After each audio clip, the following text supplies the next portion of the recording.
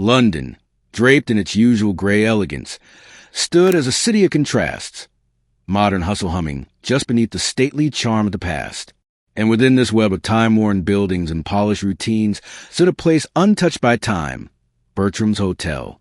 Nestled on a quiet street, it looked like something out of a painting. Red brick, gleaming brass fixtures, and a lobby where time itself seemed to pause. It was here, among polished teapots and hushed conversations, that Miss Jane Marple arrived. Elderly, with the delicate manners of a bygone age, Miss Marple looked like someone who'd stepped right out of countryside afternoon tea.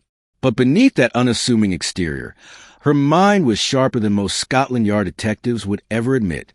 She had come to London at the suggestion of her kind-hearted niece, who thought a brief holiday at the famed Bertram's Hotel would do her aunt some good. After all, Bertram's was known for its commitment to authenticity, a place where the service remained impeccable, the scones always warm, and the clientele genteel.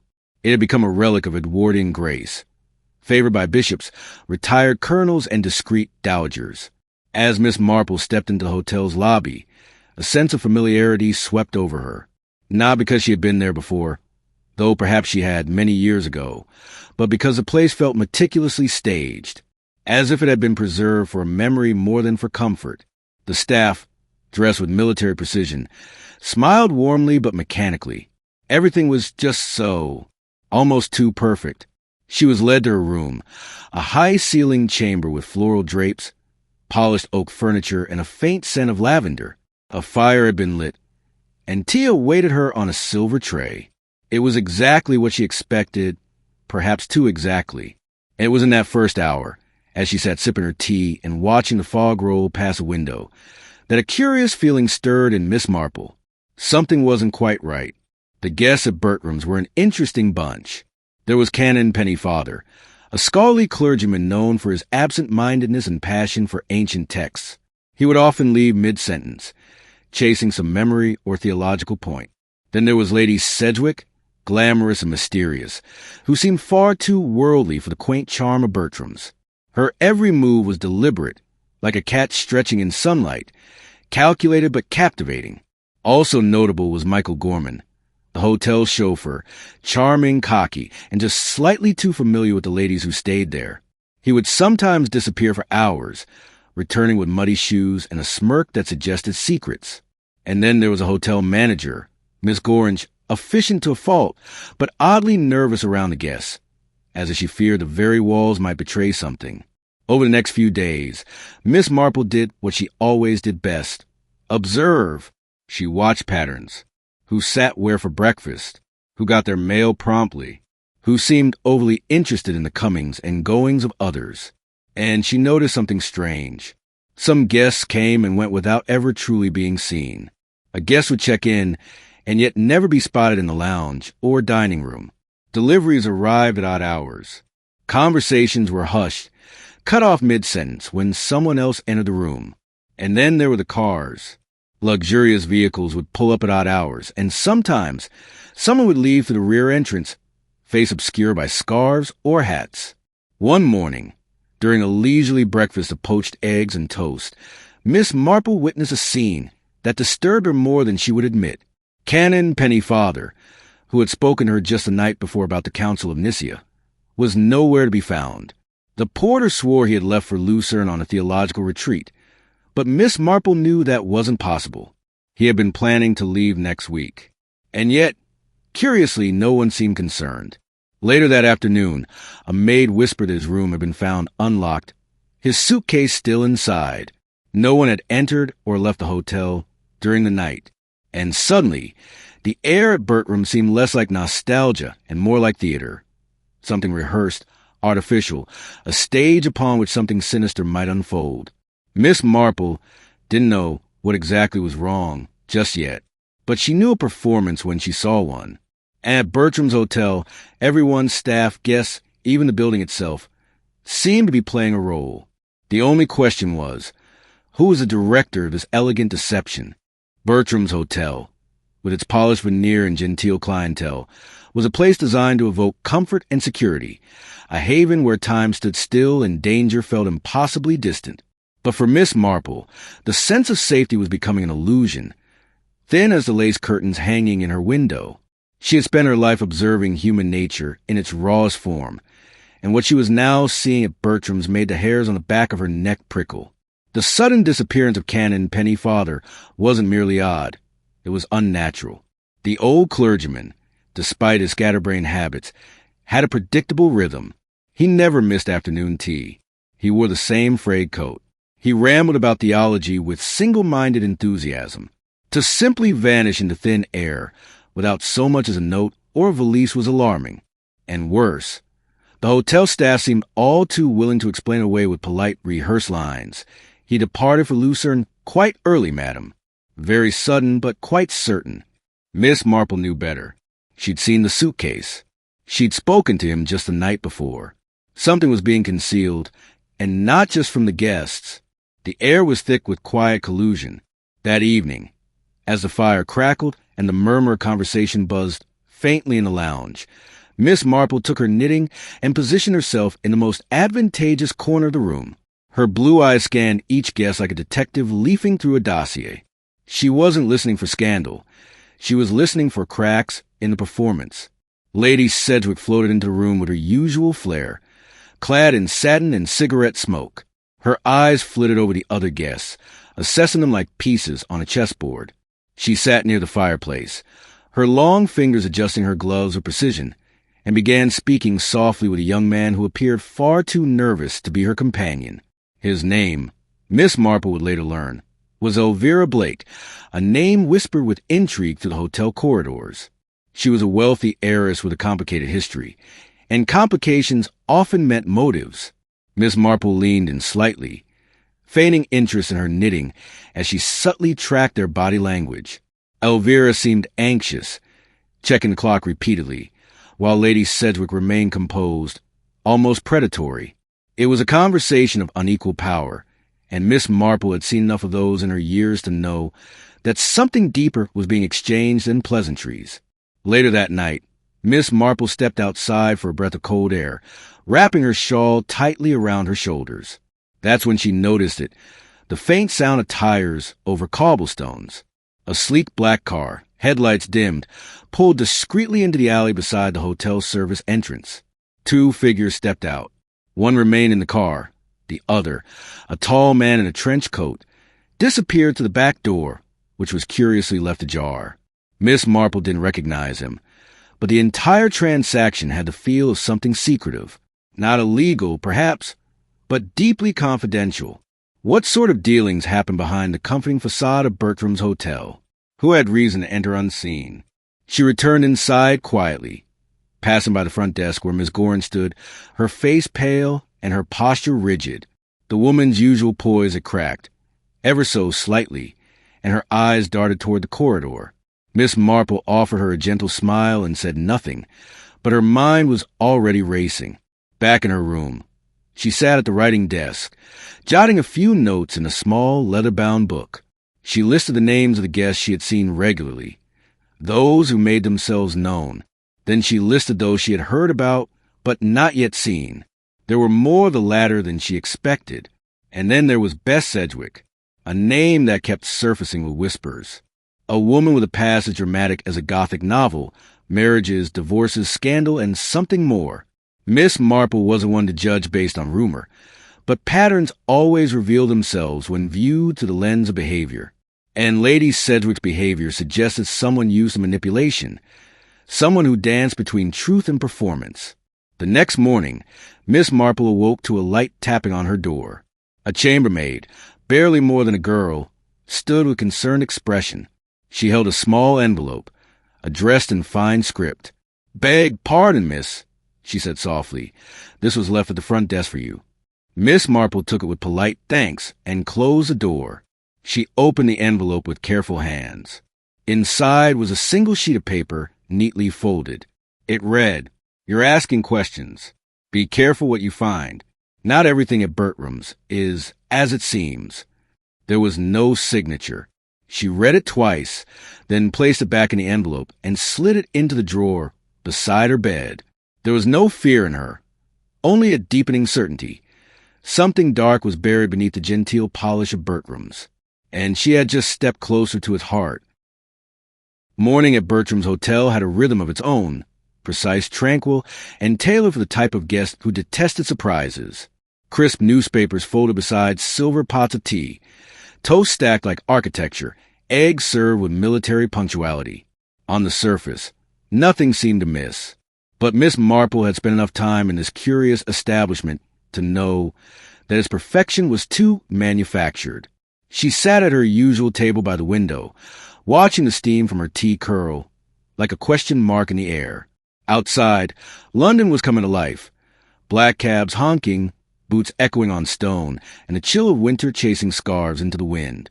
Inside Bertram's, however, the atmosphere remained wrapped in velvet secrecy. The letter she had received the previous night still rested in her drawer. No signature, no further clue, just that single, chilling line, "Be careful what you find." Miss Marple had no intention of being frightened off. She had been warned before in far more sinister ways. What intrigued her was not the threat, but the timing. Whoever had written it knew she was asking questions. That meant someone was watching her closely.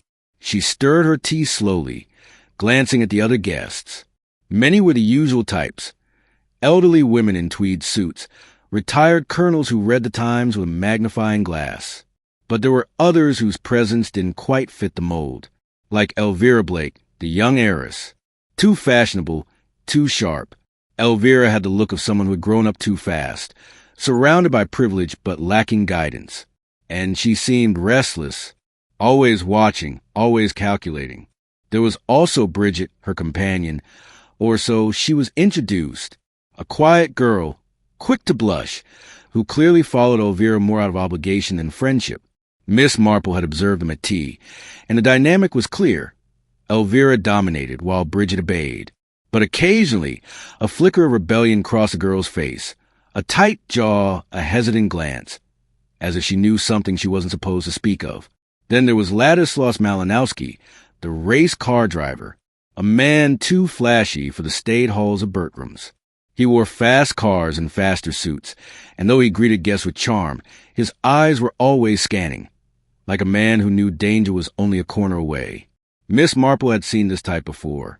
Adventurers, thrill-seekers, men who lived too loudly to ever truly disappear.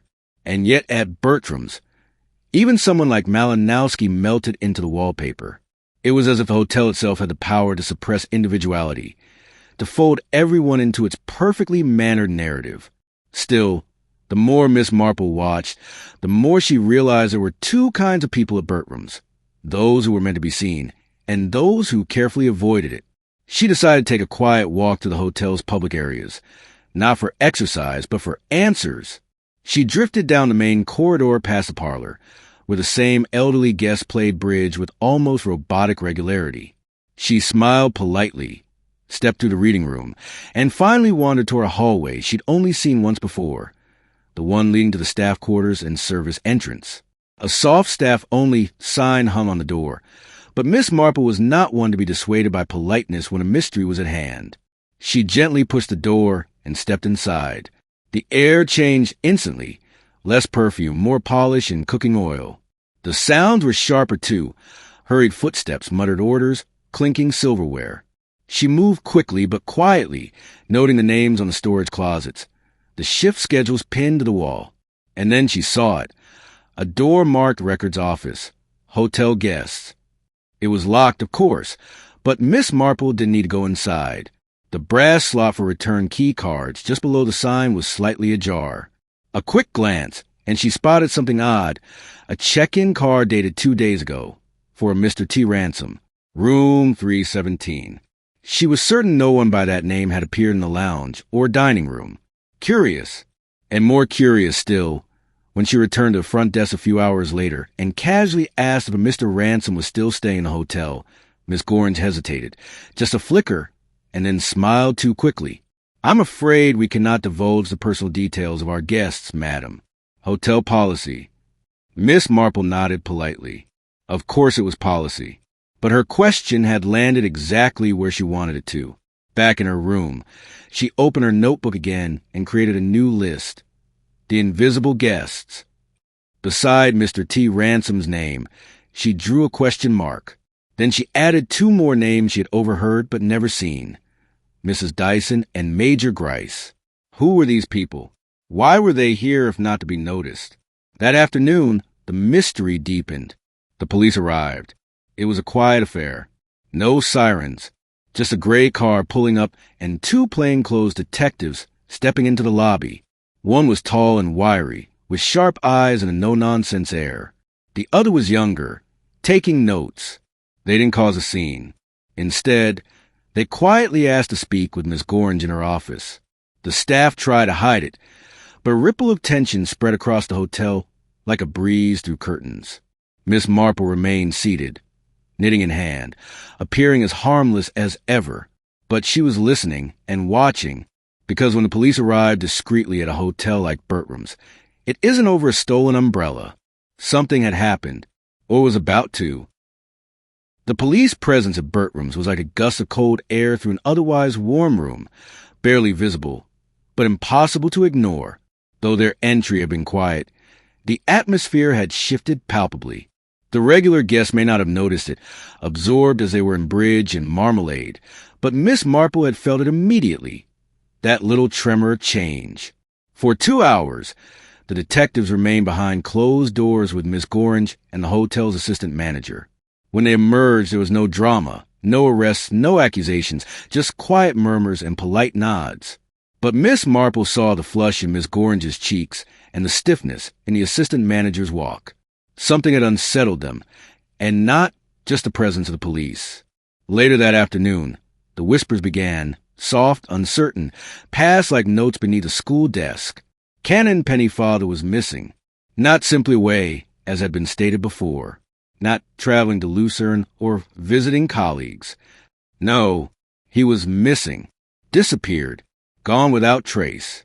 Miss Marple, sitting with her notebook near the reading room window, let the revelation settle like fog on a field. She had suspected as much, of course. The hasty story of his departure had never matched his nature. Canon Pennyfather was as rooted in his routines as an oak in the ground. His absence, so sudden and so unexplained, was unnatural. The moment the hotel officially admitted he was missing, Miss Marple knew she was no longer merely suspicious. She was certain. That night, she sought out one of the chambermaids, Alice, a quiet girl with large, nervous eyes and a habit of fidgeting with her apron. Miss Marple had always found that kindness opened more doors and commands, and so she struck up a gentle conversation in the corridor. "Alice, dear, forgive me for asking, but you haven't happened to see Canon Pennyfather since Monday evening, have you?" The girl hesitated, wringing her hands. "No, ma'am, not since I brought him his extra pillows. But I thought I heard something strange that night." "What sort of strange?" Alice glanced around. "A sound, like something fell. A thud. Just once. Around midnight, I think. I was on the 2nd floor, turning down the lights. And then I saw a man, but only briefly. Tall, wearing a coat with a collar, turned up. He came down the servants' staircase, not the main one." "And you didn't recognize him?" "No, ma'am. But he wasn't Canon Pennyfather. Moved too quickly." Miss Marple thanked her and offered a kind smile.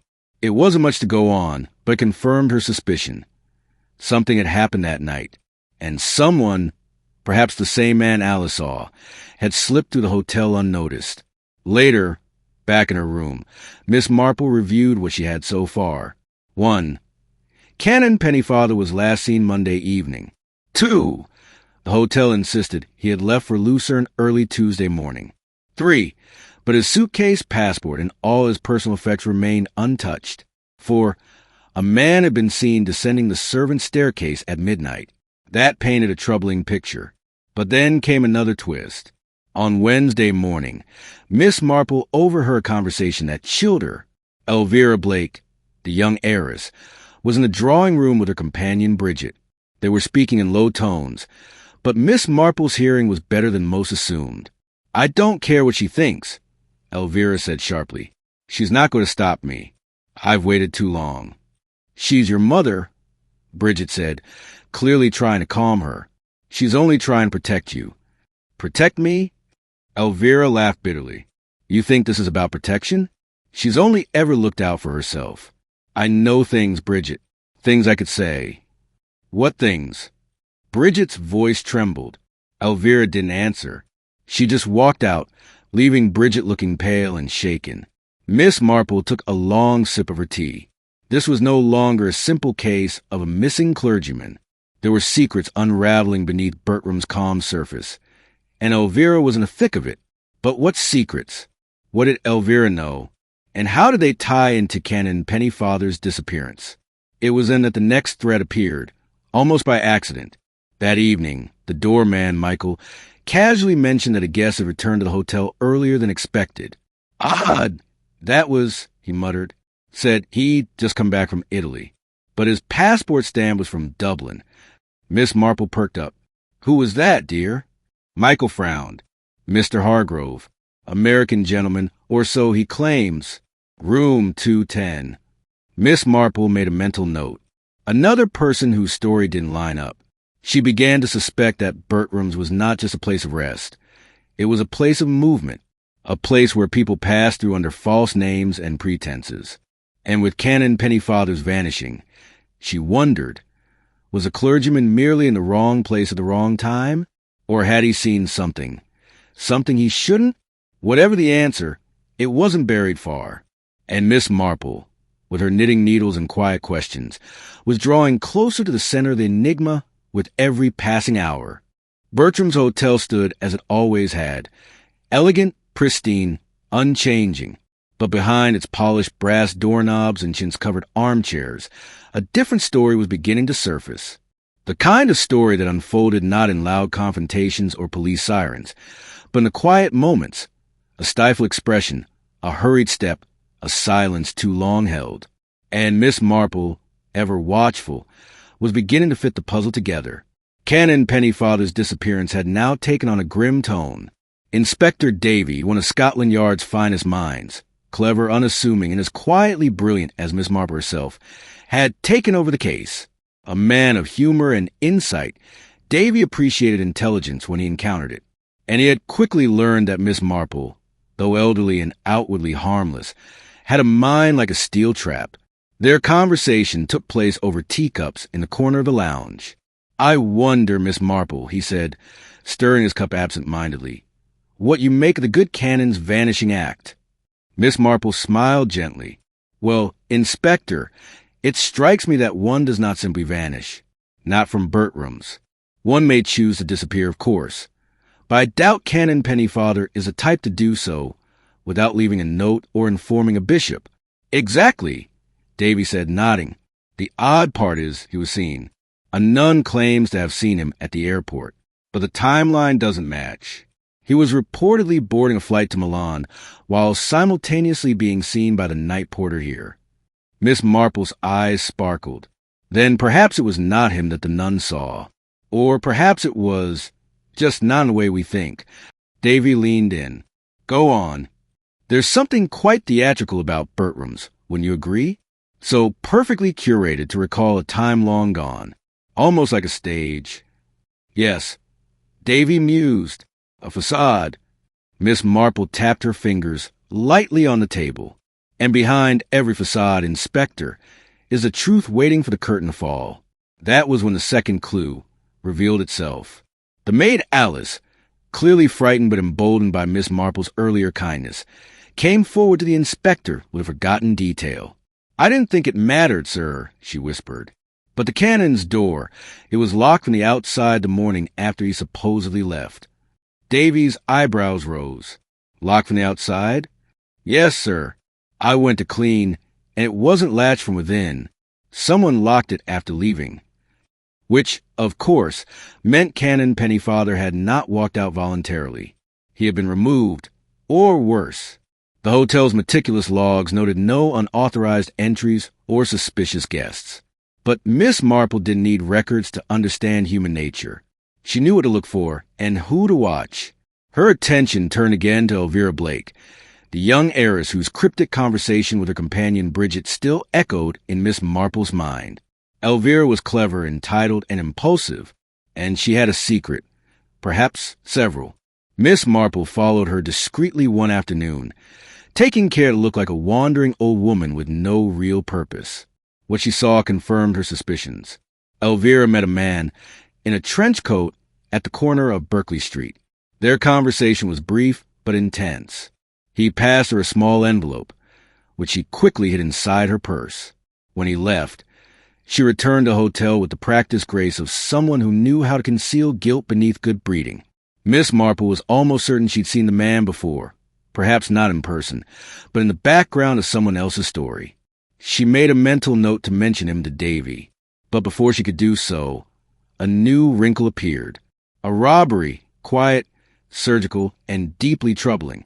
A wealthy guest safe had been opened, jewelry missing, no sign of forced entry, and still no alarms raised. Miss Marple wasn't surprised. She had felt the danger approaching like distant thunder. Something was unraveling beneath Bertram's perfect lace. When Inspector Davy questioned the staff, he got nowhere. But Miss Marple knew the truth lived in the spaces between answers, and she, quietly and steadily, was gathering the pieces. Then came the letter, slipped under her door in the night, typed and signed. It read, "You are being watched. Stay out of matters that don't concern you. Some games are dangerous to play." It was a warning, but to Miss Marple, it was also confirmation. She folded it neatly, placed it in her handbag, and carried on as usual, because now the game had changed. This wasn't just a missing person case. It was a web of deception, wealth, impersonation, and greed. And at the center was a hotel that had perfected the art of illusion, a stage where old-world manners concealed modern-day crimes. Miss Marple looked once more at the smiling staff, the polite guests, the ticking grandfather clock in the hallway, and she thought to herself, "You can dress evil in satin and suet scones, but evil it remains." She was closer now. She could feel it. But so, too, were those who didn't want the truth revealed. The morning light slanted in through Bertram's tall windows, casting elegant patterns on the polished floor.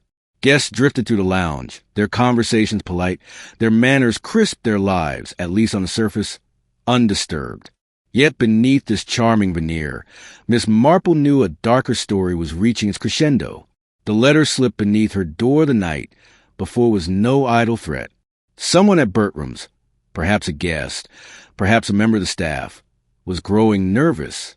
Nervous enough to issue a warning. Nervous enough to act. Miss Marple understood one thing very clearly now.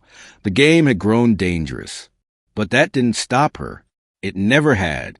She met Inspector Davy later that day in the library, under the pretense of discussing poetry. Both knew it was a charade. Miss Marple had brought with her the typed letter and laid it on the polished oak table without ceremony. Davy read it with a frown. A threat that confirms we're closing in. Miss Marple nodded. And whoever wrote it believes I've seen something I shouldn't have. Or perhaps someone. Davy leaned back in his chair. You mentioned that young woman, Elvira Blake, and the man she met. Think he's involved? I believe so, she said, folding her hands gently. But he's not acting alone. Bertram's is too well organized for this to be the work of a few amateurs. This is something far more calculated. That same afternoon, the veil of secrecy began to lift. Inspector Davy's team had finally uncovered inconsistencies in the hotel's registration records. Several names, repeated across different months. Same handwriting, same pen. Guests who supposedly came and went. Yet no one ever recalled seeing them. It was a shell game. False identities. Fake bookings. A rotating cast of ghosts who passed through the hotel's books, but not its rooms. And then came the breakthrough. One of the hotel porters, a jittery man named William, confessed to having received payments in cash to look the other way. Sometimes they said it was for discretion, he muttered, eyes darting. So I shouldn't ask questions. Just turn off the rear camera feeds after midnight. What were they doing? Davy asked sharply. William hesitated, then whispered, swapping people, sir, bringing them in through the kitchen, letting others out the front dress the same. Clothes, wigs, the whole lot. One goes in, another goes out. Impersonation. It all made sense now. Miss Marple could feel the weight of the realization settle in her chest. The Cannon's sighting at the airport? Likely not him at all, but someone posing as him. A doppelganger, confusing the timeline, throwing off the investigation, which begged the question, why? Smuggling. Davy said quietly, almost himself, drugs, jewels, maybe even people, using Bertram's as a switchboard, a front dressed in tea and lace. Miss Marple gave a small, sad smile, a perfect mask for an imperfect business. As they worked to put the pieces together, another thread emerged, one that circled back to Elvira Blake. She had requested a withdrawal of a substantial amount of money from her trust fund just days before her 21st birthday, when she would legally gain control of the inheritance. Her guardian, her mother's old friend, had objected, and then, rather suddenly, was found injured from a mysterious fall down the hotel stairs. Too convenient to be coincidence. Miss Marple began to suspect Elvira wasn't just tangled in this scheme. She might be at the heart of it. That evening, Miss Marple walked to the corridor outside Elvira's room, quietly listening. Bridget, her companion, was inside, speaking in hushed tones. The door was slightly ajar. "You can't go through with it," Bridget whispered urgently. "Elvira, please. He's dangerous. You know he is. You think I care?" Elvira's voice cut like ice. "I want out, Bridget. Out of her control. Out of this bloody life." Miss Marple stepped away silently. She had heard enough.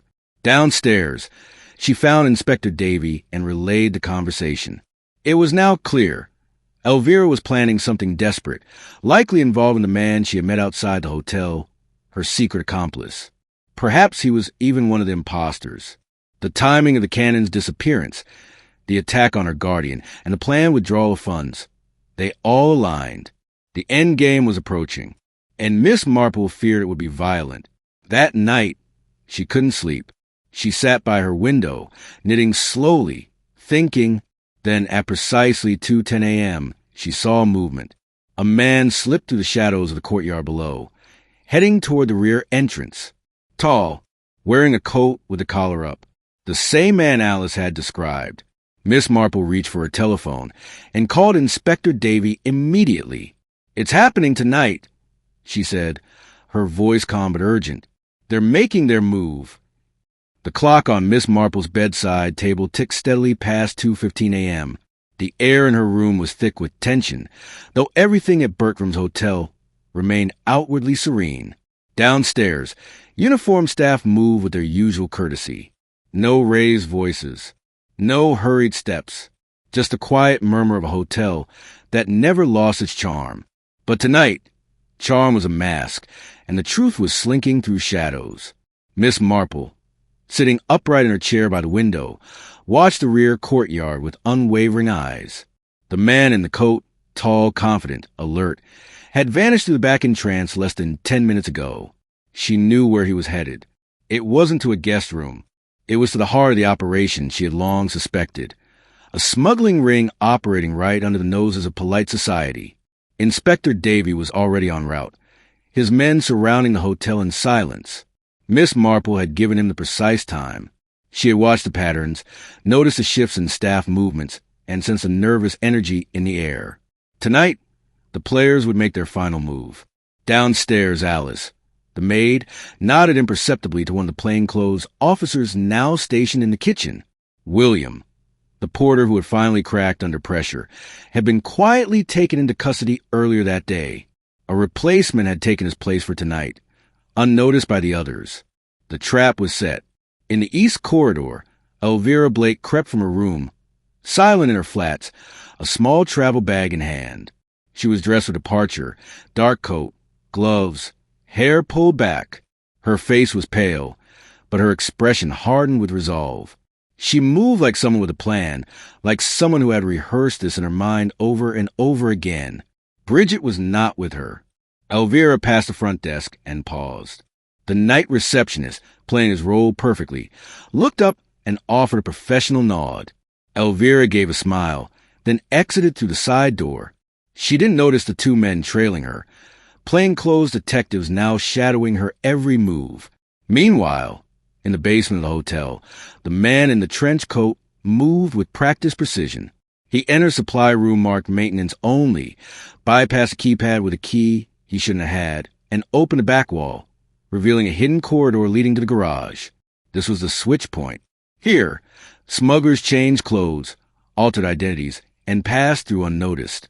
A haven built beneath Bertram's pristine floors. And here, tonight, the cannon had been held, drugged and confused, for days. But this time, someone was waiting for the man. Inspector Davy stepped out from the shadows with a quiet smile. "Evening," he said. The man froze. His eyes darted. For a second, he considered running. Behind him, 2 constables blocked the exit. "Game's over," Davy said, stepping forward. "We know about the false bookings, the disguises, the vanishing guests. We know everything." The man said nothing. His lips tightened into a thin, humorless smile. "You have no proof." "Oh, we have enough," Davy replied calmly. "And we have Canon Pennyfather, alive, and quite eager to talk." That changed everything. The man lunged suddenly, but he didn't get far. Within seconds, he was pinned, handcuffed, and taken away. Davy gave the order to sweep the tunnel, recover any evidence, and alert Interpol. Upstairs, Elvira Blake had been intercepted outside the hotel gates. She didn't struggle. She simply looked at the officers, then at the man being dragged into the squad car and muttered bitterly, "He promised I'd be free." Inspector Davy arrived moments later and stood beside her. "From what, Miss Blake? Your inheritance? Your guardian? Or the truth?" Elvira's jaw clenched, but she said nothing. Her silence was her shield. Inside, Miss Marple sat in the lounge with a fresh cup of tea. The early morning light was just beginning to pierce the tall windows, illuminating the faded elegance of the hotel's decor. She looked up as Davy entered, brushing dust from his coat. "It's done," he said, joining her. "The network's broken. The ringleader's in custody. The cannon has been recovered, a bit shaken but unharmed." Miss Marple smiled softly. "I'm glad. He's not made for such turbulence." Davy nodded. "And Elvira?" "She's clever," Miss Marple said, her eyes distant. "Too clever. But fear makes even clever people reckless." "Do you think she knew everything?" "I think she knew enough," Miss Marple replied. "But what she didn't know was that evil often wears a familiar face. Sometimes one you think you can trust. She gambled, and she lost." Davy looked around the hotel lobby. The guests now starting to stir from their rooms, unaware of the drama that had just unfolded beneath them. "So many secrets," he said, "all behind such lovely curtains." Miss Marple sipped her tea. "Yes, Inspector. Bertram's is a place where the past is preserved and the present is hidden." The clock struck 5. Bertram's hotel was safe again. For now. But Miss Marple knew that evil, like fog, never truly disappeared. It only drifted for a time, waiting for another quiet place to settle. Bertram's hotel never truly slept. But that morning, something had shifted in its atmosphere. The gentle clinking of breakfast cups, the murmurs of early risers, and the rustle of newspapers still echoed in the lobby. But behind familiar rituals of routine, a deeper silence reigned, the kind that followed revelation. In a secured room just off the lobby, Elvira Blake sat composed, her gloved hands resting calmly in her lap. Her face was impassive, cold even, but her eyes betrayed flickers of fury, fear, and resignation. Across from her, Inspector Davy held her trust fund files, copies of travelogues, and most damning of all, photographs showing her in the company of the man arrested in the basement hours earlier, Raymond West, a known conman and master disguise. "I trusted no one," Elvira said at last. Her voice was quiet, yet sharp like glass. "Not my guardian. Not Bridget. Certainly not you." Davy set the folder down, folded his arms. "You didn't need to trust anyone, Miss Blake. You just needed to not commit crimes." Her eyes narrowed. "Is that what you think this was? A crime? You have no idea what it's like being surrounded by vultures since the day you were born. Everyone wanting something. Control, money, power." She leaned back, gaze fixed on the ceiling. "All I wanted was freedom. Raymond promised he could get me out of this life, help me disappear with my money. Miss Marple stood quietly in the corner, her presence almost spectral. She had chosen not to interrupt until now. "And did you know what Raymond truly was?" she asked gently. Elvira glanced at her, a small scoff escaping. "Of course I did. That's what made him useful." Miss Marple took a slow breath. "But not trustworthy. Raymond used Bertram's hotel as a mask, as did others. The canon was only one of many whose identities were stolen for transport or alibi. Your inheritance gave Raymond access to influence. He could fund the operations, grease the palms. You were never his partner, my dear, only his next mark." Elvira's lips parted slightly. "That's not true." Miss Marple's voice softened further. "It is. He meant to disappear without you. He arranged a separate passport, a separate flight. You were only useful until the money came through." The silence that followed was thick. Elvira blinked, then closed her eyes. From outside, Bridget was being interviewed separately. The shy, earnest young woman had already confessed what she knew. She had suspected Raymond's involvement from the beginning, having seen him exchange something with Elvira in the park weeks ago, before they even checked into Bertram's. "She thought he loved her," Bridget said quietly, "but I knew he was dangerous. I begged her to stop." Inspector Davy returned to his desk and flipped through the case files. Miss Marple joined him there, her eyes catching something odd in the original guest list. A room booked in Elvira's name 3 days before her arrival. "She wasn't here yet," Miss Marple noted. "So who was—" Davy scanned the records. "A woman posing as her. We believe she smuggled out a set of jewelry. Pieces Elvira reported stolen months ago. It's likely Elvira orchestrated that to start building the cover story of being robbed and targeted." Miss Marple nodded grimly. "So when the time came, Elvira would be able to vanish without suspicion. Just another heiress too afraid of another theft. But then," Davy added, "she got greedy. She wanted full control. So she tried to pressure her guardian for an early release of funds. When he refused, she pushed him," Miss Marple finished softly, "or at least made it look like an accident." Davy rubbed his temples. "We can't prove that yet." "No," Miss Marple said, "but we don't need to. The fraud and conspiracy charges will be enough. Elvira's carefully crafted world is crumbling." Meanwhile, back in the hotel lounge, Canon Pennyfather had finally regained enough clarity to sit with his tea and remember portions of his ordeal. "I recall a man rather like myself," he said to Miss Marple later. "He wore my coat, even carried my hat. He said we were going on a journey." Miss Marple listened intently. "He was your double. Used to board the plane in your name while you were held here, confused and out of sight." Pennyfather frowned. "I must say, I thought I was in Ireland at one point." Miss Marple smiled kindly. "Not quite, Canon. You never left London." The Bertram's enigma was finally unraveling.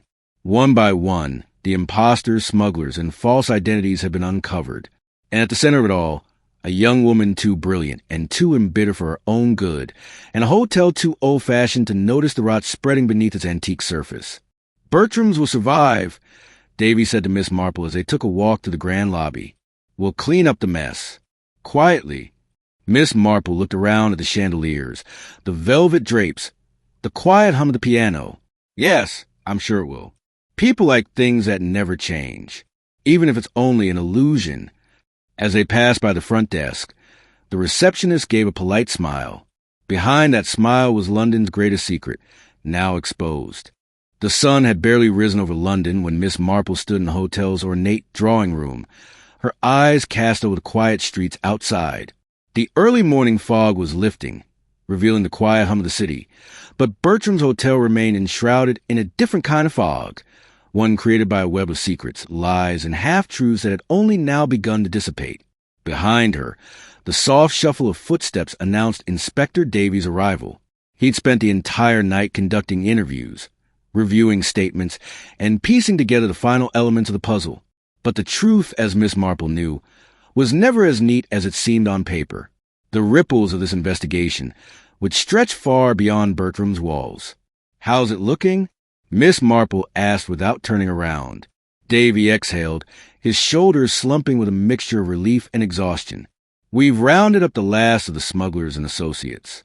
Elvira's accomplices, like Raymond, are facing serious charges, and we'll be putting a request to have the entire operation's records handed over to the authorities. That should expose the full scope of their activities. Miss Marple nodded slowly, her gaze fixed on the misty horizon. And what of Elvira? Davy's expression hardened. Her trial will be soon.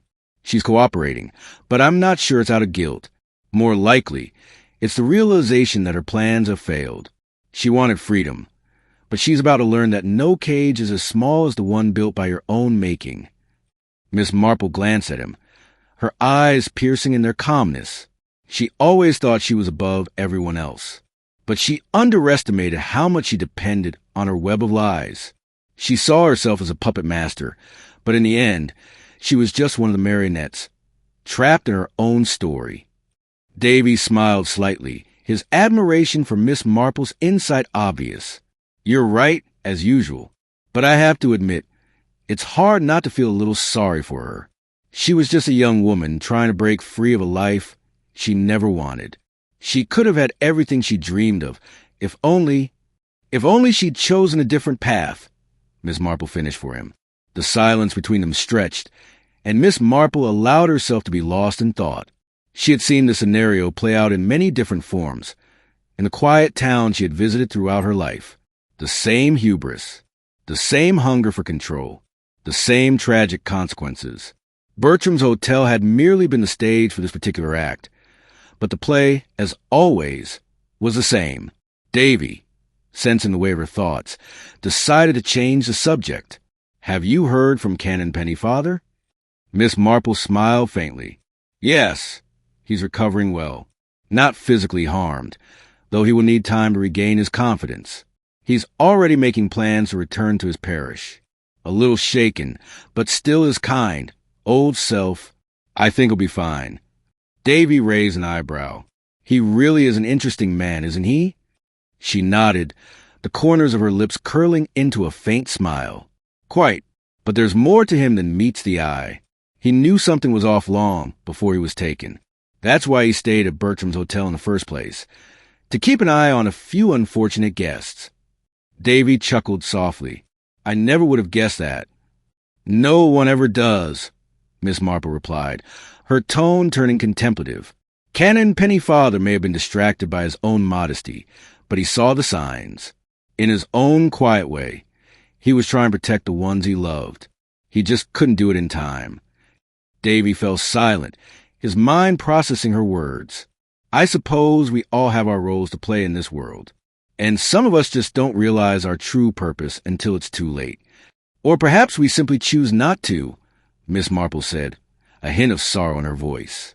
What Elvira never understood was that power is never in control of others. It's control over oneself. In the end, no one can escape their own choices. As she spoke, the bell above the front door jingled softly. A young woman in a floral dress entered, and her presence seemed to brighten the room. She paused for a moment, looking around the quiet lobby before approaching the desk. Miss Marple's gaze shifted to the new arrival, and then to Davy. She could see in her face that same naivety, that youthful ignorance of what truly lay beneath the surface. The young woman's eyes lingered on the photograph on the desk, the same photo that had shown Raymond West with Elvira in the park. Not another one, Miss Marple muttered softly under her breath. Davy chuckled and shook his head. The hotel does have a way of attracting the most interesting people, doesn't it? Miss Marple smiled wryly. It does. But unfortunately, we're all players on the same stage, whether we like it or not. The hotel had returned to its quiet routine, but the ripples of its recent history would never completely fade. Bertram's would continue to be a haven for those who sought refuge, comfort, or escape. But Miss Marple knew better than most that behind every carefully constructed facade, there was always more than met the eye. And in the end, the shadows would always reveal the truth. The sun had fully risen over London by the time Miss Marple stood by the grand windows of Bertram's hotel, looking out at the bustling streets below. She had been part of the city for only a short while, but in that time, the intricate puzzle of human nature had once again unfolded before her eyes. The web of lies spun by Elvira Blake. The smuggling ring operating under the hotel's quiet exterior, and the hidden alliances within the guests had all come to light. But the mysteries had not yet reached their final resolution. Inspector Davy entered the room, his face set with determination, but also a sense of quiet relief. He approached Miss Marple with a file in hand, one that contained the last of the loose ends. He placed it gently on the table between them. "The last of the details," Davy said, glancing at the file. "The stolen jewels, the forged documents, everything's been returned or accounted for. Elvira's trial begins tomorrow." Miss Marple nodded. "And how are the others? Canon Pennyfather, for example?" Davy's lips twitched into a small smile. "Canon Pennyfather has gone back to his parish. He's recovering, but I think he's learned a valuable lesson. A lesson about the dangers of hiding one's true intentions behind a veil of innocence." Miss Marple raised an eyebrow. "And what about Bridget?" "Bridget," Davy began. "Well, she's decided to leave London for a while. She's returning to her family in the country. She was more involved in the whole situation than she realized, but she's not entirely to blame. She was just caught in a web of loyalty to Elvira." Miss Marple sat back, folding her hands. "Loyalty is a curious thing, isn't it? It can make you blind to the truth, but once the fog clears, you can see the cost of that loyalty." Davy paused, deep in thought. "And what of Elvira?" "She thought she was above it all," Miss Marple said softly. "She believed her money, her status, her carefully constructed life would protect her from the consequences of her actions. But in the end, she found out that no one is immune to the truth, not even the most privileged." Miss Marple's gaze shifted to the door of the hotel, where the morning light streamed in, casting long shadows on the floor. She thought back to the beginning of the case, to the clues that had seemed insignificant at first, the strange behavior of the staff, the odd discrepancies in the guest list, the whispered conversations in the corners of the hotel. All of it had pointed to one thing. Bertram's hotel was no mere place of refuge. It was a stage, and its guests were players in a drama far more complex than anyone had imagined. Beneath its polished surfaces and genteel charm, there had been a world of deception, conspiracy, and betrayal. Miss Marple sighed, her eyes narrowing slightly. "And yet, despite everything, I wonder if this is all just another game for some. A game where truth and lies dance together, and those who think they control the strings are often the ones pulled by them." Davy turned to look out the window with her. "It's strange, isn't it? How one place, one hotel, could hold so many secrets. It feels almost as though this place has been a part of this city's history for longer than anyone realizes." "It has," Miss Marple said quietly. "Bertram's hotel has seen many lives, many mysteries, and many stories. But in the end, there's always a moment when the truth is revealed. It may take time, but it always comes to light." Just then, the bell rang at the front desk, signaling the arrival of a new guest. Miss Marple turned her attention back to Davy. "And so the cycle continues. People come and people go, but the truth always waits, just behind the curtain." Davy nodded. "You're right. It seems that no matter how much time passes, the truth has a way of finding its way to the surface." The hotel was quiet again, almost too quiet, as if holding its breath for the inevitable next chapter. But Miss Marple had seen enough in her time to know that the end of one mystery was always the beginning of another. As they stood in the quiet lobby, the last of the Bertrams' Enigma unraveled. Elvira Blake's reign of deceit was over, and the people who had been caught in her web would soon return to their lives. Some would rebuild, some would learn, and some would face the consequences of their actions. But for Miss Marple, it was just another day in the life of a small-town detective, finding the truth in the most unlikely of places. As always, she would walk away from the mystery, leaving behind only the faintest traces of her presence, her sharp mind having seen through it all. Don't forget to like, subscribe, and click the bell icon for more thrilling detective mysteries. Share your thoughts on Miss Marple's investigation in the comments below. What do you think of her methods?